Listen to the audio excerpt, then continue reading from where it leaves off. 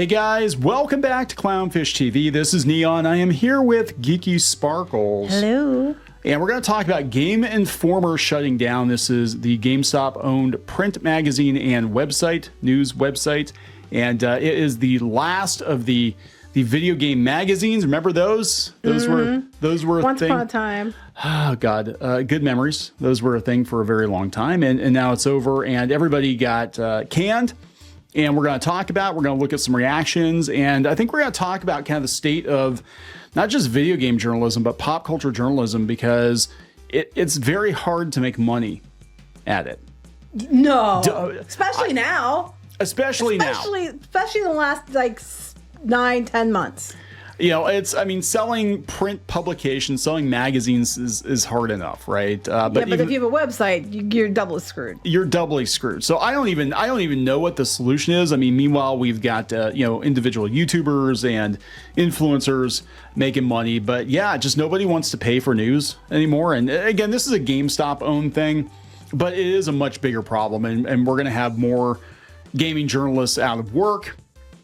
And I don't know what else to say other than it's a sign of the times. So let's talk about this before we get into it any further. Please subscribe for more pop culture news, views, and rants. Guys, you get woohoo if you do. Woohoo. So yeah, this comes from The Verge. I think they got it from Kotaku, I think, reported it first.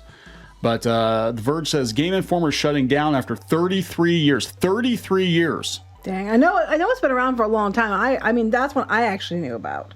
Yeah. It said the entire magazine staff is being laid off. In a statement posted to X, which we're going to go out and look at, and then we're going to look at some of the replies to it. The publication didn't give a reason for the shutdown. Well, it's probably not making money. GameStop didn't immediately reply to requests for comment. Last year, GameStop CEO said that every expense at the company must be scrutinized under a microscope and all waste eliminated. So if you're waste, like your poop. If you're just like a poop, we're just gonna flush it. Oh my God. Yeah. So they're talking about like a way to subscribe to it. They tried that. There have been many attempts to bring back video game magazines. In fact, Electronic Gaming Monthly, which I joke, and I only half joke, if I could buy it, I would. But I'm sure Geeky would love it if I bought Electronic Gaming Monthly. He should be like, nope, you're not going to do that. But they tried to bring that back too, but they had to basically give it away at Walmart. Like they couldn't sell it anymore because people aren't buying video game magazines anymore. No. I know there are some like niche video game magazines or publications that they were doing Kickstarter and they were doing like retro style gaming magazines, but it's for my generation. It's not for the Utes. The Utes today, they're watching YouTube, they're watching TikTok, probably even over YouTube. You just go online and then you just can watch it and find out what you want to know. Just watch somebody else do it for you and then learn from that. Plus, you have to realize too that by the time these go to print, the news is old. They put these magazines together a couple of months before they hit the newsstand. So like hey, there's a new game coming out. Okay, cool. Well, everybody's already known about it for back 4 in months. the day. They got access to that ahead of time, so that when they released it was right ahead of the game or whatever. But that's not the case. I mean, so much happens all the time now. There's so many more gaming companies, so many more games. It's just really hard to keep up. Plus, I also don't think people trust the gaming news outlets anymore.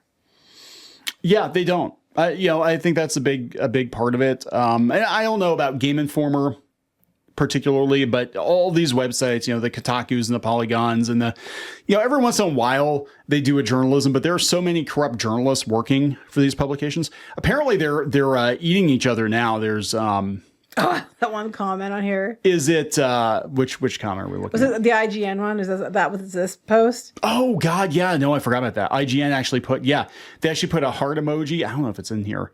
And people said, get this. Should have been you. Amen. Yeah, IGN keeps buying all these websites. They keep buying all these news sites. But here's their statement. We'll look at that. The final level, farewell from Game Informer after 33 thrilling years. 33 thrilling years. 33 thrilling years. It's hard to say. Bringing you the latest news, reviews, and insights from the ever-evolving world of gaming. It's with a heavy heart that we announce the closure of Game Informer. From the early days of pixelated adventures to today's immersive virtual realms, we've been honored to share this incredible journey with you, our loyal readers. While our presses may stop, the passion for gaming we've cultivated together will continue to live on. No, it's not. They're letting everybody go. Thank you for being part of our epic quest, and may your own gaming adventures never end. Just throw it on the pile. You know, like how many of these websites have shut down? And IGN, putting the heart there. That is some shit, because they just bought a bunch of websites and laid a bunch of people off. I was thinking Kotaku, it should have been you, but that's, a whole other story. Kotaku, it should have been you. They're going to be next. I guarantee you Kotaku's going to be next. Yeah, someone said, hopefully you're next. Take Kotaku with you as well. I agree, Danny. I agree. Could have been IGN. I want to live in a timeline where this was you instead of Game Informer. You're next. It should have been you. You're next, IGN. Hopefully you're next. I hope you're next. You fucking hypocrite. You're next, buddy. The heart could have been like respect because you're around 33 years. Doesn't mean that they're happy they're gone. They could have just meant respect or something like that. Like heart's like, we understand where you're coming from. But people are like pissed.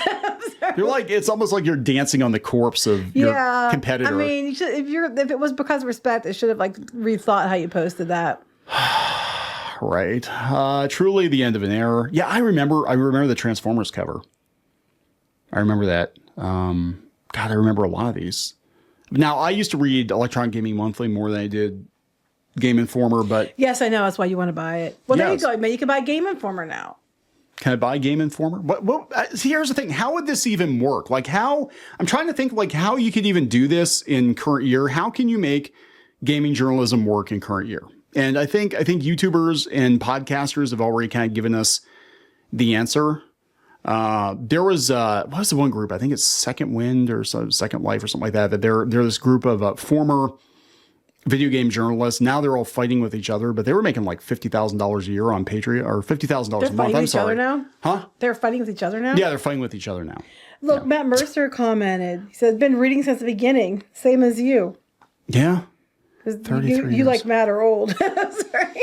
Yeah, actually. I joke because I'm actually older than Kneon, but that's okay. Actually, Matt Mercer, I think, is older than I am. I think he is older. I'm pretty sure he's older. Pedro Pascal's older than I am. Everybody's like, hey, you're so old. And I'm like, hey, no, I know some other nerds that are older than I am. So I don't feel so bad. Yeah, goodbye, old friend. A lot of people are upset about this. They're legitimately upset. But I think it's more than that. It's just kind of the end of an era. And it's the same with comics, too. Like we had Wizard Magazine. And I remember when Entertainment Weekly wasn't a website. It was actually a print magazine. And we used to get it every week because it was, Entertainment Weekly. And it used to have all the new movies in it. And I remember when they were promoting like Batman Returns, in Entertainment Weekly. And it's just like magazines just don't last. But I think in the case of GameStop, one, that company is bleeding out. So the fact that they were bankrolling it's kind of, like I would have put all your eggs in that basket, but whatever. But it's just like influencers have become the new gaming journalists, and you don't have to like them. You don't have to, agree with them all the time. But they're absolutely positively eating the lunches, not just of print publications, but of websites too. And well, I mean, print publications, it's not just gaming. Like I know I've had subscriptions to magazines and they just basically canceled it and said they were either folding or they were going online only or whatever. And that happens often because it's probably cheaper to put it online and have people subscribe to that than it is to do print and all that. People very seldom pay for online content, though. I mean, that's the truth. But you could get ads until recently. And you could get ads until recently, yeah. And that's how these sites, survive for the longest time, was on advertising. And the magazines, you have to realize, the subscriptions, that was only part of it. The advertising. I mean, that's one of the things that I miss about the old comic books. Like when I used to read Marvel and DC Comics back in the day, is they had all these cheesy ads. Yeah, like half the comic was ads, but that's how they paid. Mm-hmm. That's how they pay. And then they stopped running the ads. But I think a lot of it was a lot of companies just stopped advertising in comics because nobody's reading them anymore. But that's probably what it is. We're going to talk about comic one here shortly. Yeah, we definitely are going to talk about comics. But yeah, so there we go, guys. Another bout of gaming journo layoffs. Just thought we would talk about that, but. It's sad. It really is sad. It's just everything's changing. I feel bad for this one. I don't feel bad if it's IGN or if it's Kotaku, especially Kotaku. Right.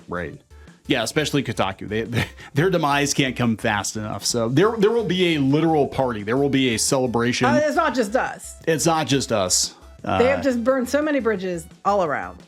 All right, we're going to wrap this up. Yes. Please subscribe for more pop culture news, views, and rants. We'll talk later. Bye.